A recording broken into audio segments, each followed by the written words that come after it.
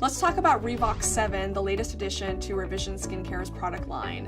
Revox 7 is named Revox 7 because there's 7 lines or 7 areas of the face where people don't want lines happening. It really is a very, very potent peptide-rich serum that you're going to use right after you wash your face.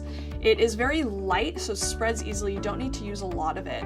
People like to use it on their bunny lines, in the middle of their eyebrows, and the crow's feet, just underneath the eye where you get some of that creping when you smile, especially when you have makeup on.